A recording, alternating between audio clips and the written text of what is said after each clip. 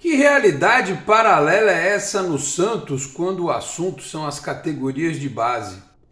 É realmente inexplicável como a mesma diretoria consegue fazer um trabalho tão bom com o sub-20, com o sub-17, o sub-15, o sub-13 e ao mesmo tempo faz um trabalho péssimo no time profissional, né? Teve até reunião nesta segunda-feira, mas pelo jeito só trocar uma ideia e tal e vai continuar sem muita novidade aí, né? Mas enquanto reuniões discutiam o futuro do time principal, seríssimo candidato à segunda divisão do Campeonato Brasileiro, os meninos do Sub-20 entravam em campo na estreia do Campeonato Brasileiro e venciam o São Paulo, era o Ituano não, era o São Paulo, por 3-2 na Vila Belmiro. E com um plano tático, jogada individual, drible, golaço, arrancada, né? Teve suas falhas, é verdade, mas ganhou, né?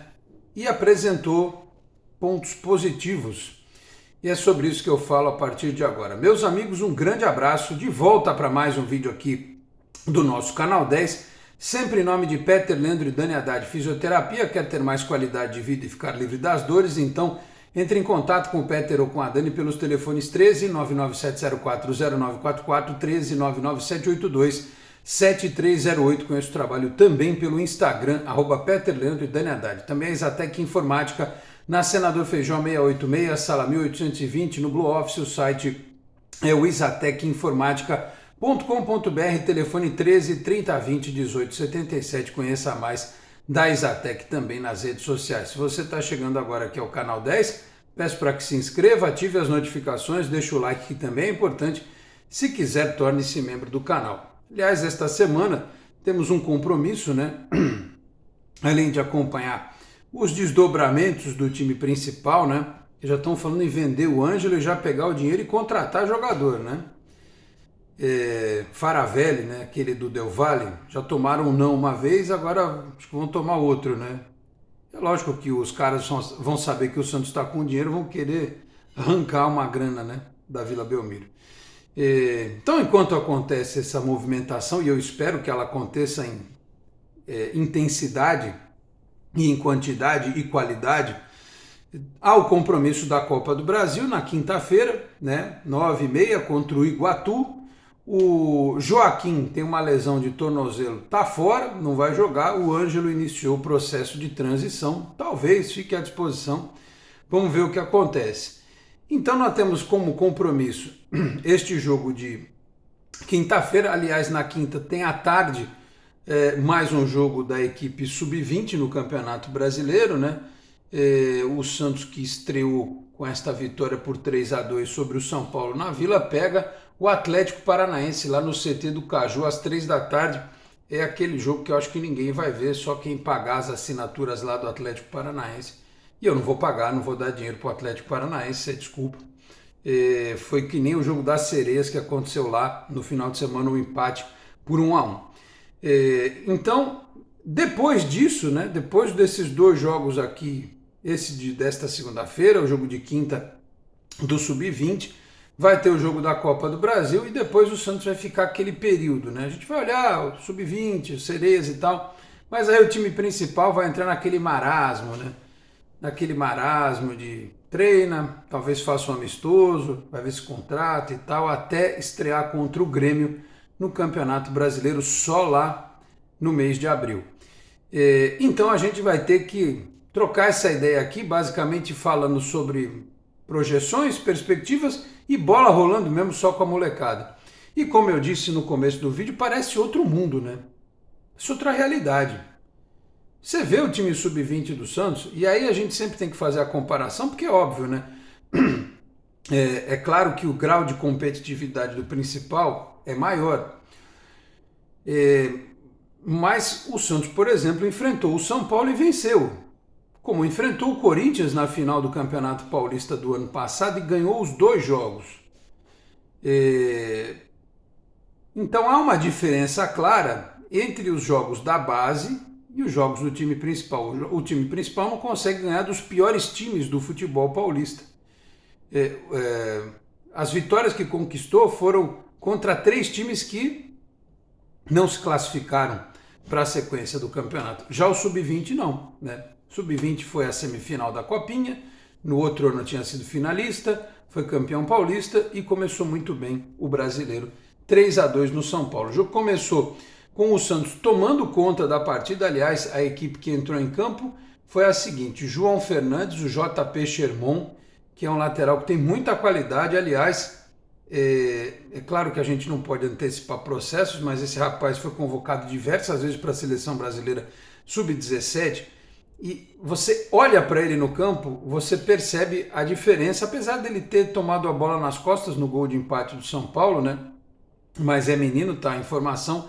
Você olha para a qualidade técnica, o jeito como ele trata a bola, você vê a diferença assim abissal que existe entre ele e os caras que estão no time principal hoje, né?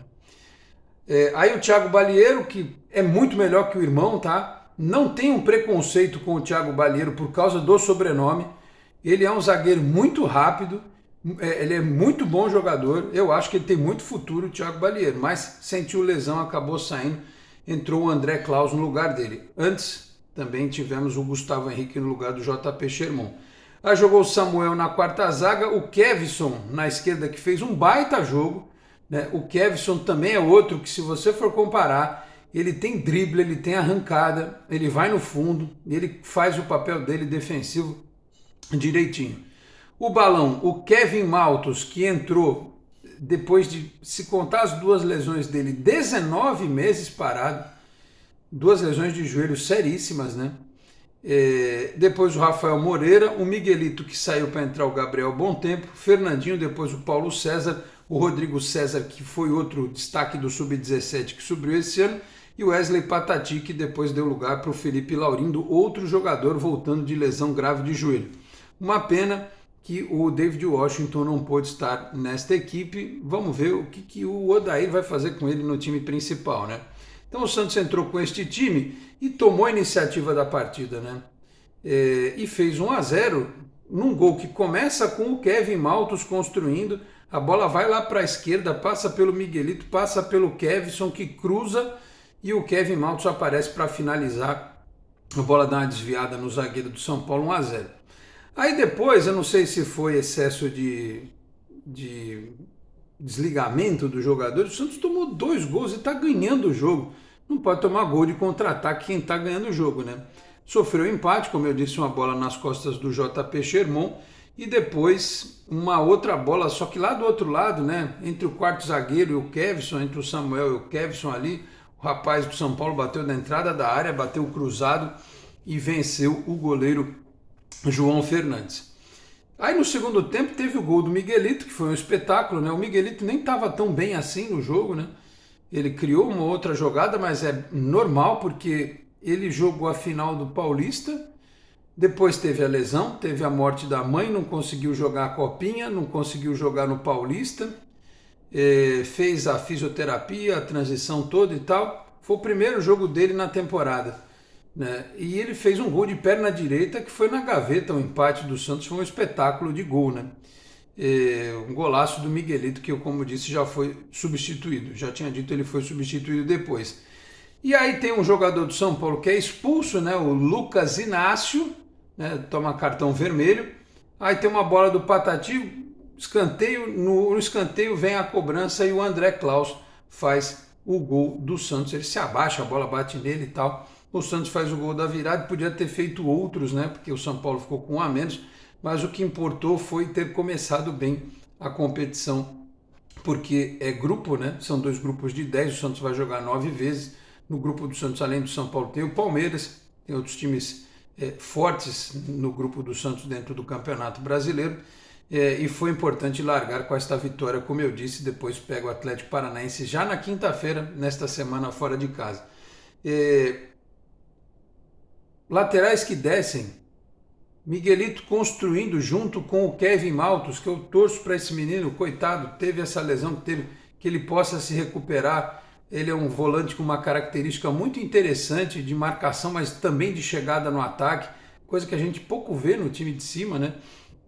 O Balão jogou, também é bom que se diga. Os meninos do Sub-17 ainda estão num primeiro ano de principal, né? O Patati, por exemplo, a gente já conhece, mas o JP Sherman, o Bom Tempo, que entrou no segundo tempo, o próprio Rodrigo César ainda vão precisar de um pouquinho mais de adaptação. Mas a gente vê um time organizado, né? Time organizado, sai jogando, marca pressão, bola criada nas entrelinhas pelo meio, jogadas de aproximação pelas pontas.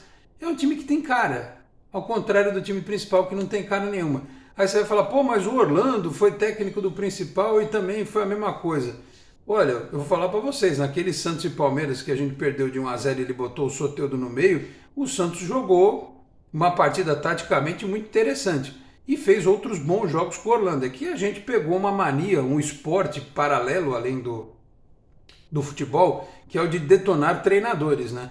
Estou aqui defendendo que o Orlando fosse efetivado como técnico do time principal, não, até porque ele também tem lá os erros dele, mas a organização do time sub-20 é clara, nítida, né? Até com o Buião, que é o auxiliar dele no Campeonato Paulista, dava para ver isso aí também. Então, foi uma boa estreia dos meninos e mantenho aquela pergunta que fiz aqui no começo: como é que pode você ter um trabalho de prospecção de jogadores, né? E ter um sub-17 que já te abastece o sub-20 com jogadores, você mudou um monte de gente que saiu depois da copinha, né? E da outra copinha também, se a gente for ver as mudanças da equipe, e o time continua jogando um bom futebol, né? Você troca as peças e o rendimento continua. Imagino que no sub-17 vai ser a mesma coisa, no sub-15 idem. Mas no time principal entra técnico, sai técnico, vê jogador, sai jogador. É porque esses meninos aqui também tem outro detalhe. Eles querem mostrar valor, eles querem um lugar ao sol, né? Os outros lá, com a vida ganha talvez, né? Não se preocupem muito com o futuro, porque qualquer coisa o empresário deles enfia eles em algum outro time, né? O cara vai jogar no mundo árabe, vai jogar na Tailândia, vai jogar no Peru, vai jogar no Canadá, no Cazaquistão, para onde foi o Auro, né? Enfim, então esses moleques aqui, eles querem mostrar algo.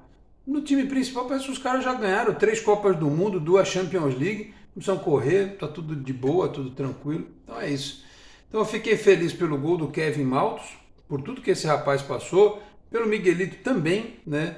E pela forma como eu vi esse time se comportar, né? Time que tem gente, que o Santos está contratando outros jogadores. Vê o menino do Novo Horizontino, vê um zagueiro que era do Palmeiras. Tem alguns jogadores chegando aí, né? E que logo, logo vão fazer parte aí do time principal do Sub-20, né? Da equipe A do Sub-20, digamos assim. Até porque, do jeito que a coisa anda, né? Logo, logo, alguns desses aí vão ser chamados à condição de salvadores da pátria no time principal, porque os processos são todos mal feitos no Santos. Vide o caso do Ângelo, e a minha preocupação em relação ao David Washington continua muito grande. Eu não sei não o que pode acontecer se esse rapaz subir de qualquer jeito para a equipe principal do Santos no Campeonato Brasileiro de Futebol, na Copa Sul-Americana e na sequência da Copa do Brasil, tá certo? Então é isso. Na base, só alegria, né? O mundo é outro, é uma realidade paralela, né? Tipo o Doutor Estranho, né? Pô, aqui nesse universo aqui, ó, o Santos briga para não cair há 3 anos. Nesse outro que não tem time principal, só tem a base, o time conquista títulos, vitórias, ganha clássicos, né? O torcedor vai pro jogo, comemora um gol bonito, que nem o do Miguelito e tal, né? Mas no time principal isso não acontece, enfim, lamentavelmente. Então é isso. A gente vai, claro que nos próximos dias fazer aquele pré-jogo, né? O jogo é quinta, então tem pré-jogo na quarta. E nesta terça-feira a gente procura alguma coisa aí para poder bater um papo com vocês sobre a sequência da vida santista, né? Será que o Rueda vai vender o Ângelo para o Flamengo, pegar o dinheiro e contratar o Faravelli ou outro jogador que ninguém imagina e tal? Uma meia, agora o Santos, bom, também precisa de tudo, né? Precisa de meia, precisa de lateral, precisa de zagueiro, precisa de um monte de coisa, né? Precisa de um time inteiro se bobear, de um treinador. Mas vamos lá, vamos em frente. Hoje mais calmo, né? Apesar da tristeza e da decepção com o que aconteceu neste domingo, absolutamente vergonhoso, né? Um time como o Santos olhar o Ituano jogar, sabe? É impraticável a atuação do Santos, imperdoável. Os caras vão ter que, a partir de quinta-feira, mostrar muita coisa, porque olha, eu estou até preocupado com o que vai acontecer na quinta-feira. Tá certo, meus caros? Falei aqui também em nome de Cicobi Unimais Metropolitana, a sede em Santos, na Rua Doutor Carvalho de Mendonça, 87, na Vila Matias. O telefone é o 13 3229-8855. Tem Cicobi também em São Vicente, Guarujá, Praia Grande, Cubatão, Peruíbe, Mongaguá, além das agências na capital paulista, Grande São Paulo, ABC e importantes municípios de Santa Catarina e do Rio de Janeiro, com a incorporação do Cicobi Santa. Vou ficando por aqui. Muito obrigado a todos pela audiência, um grande abraço e até a próxima. Tchau, pessoal.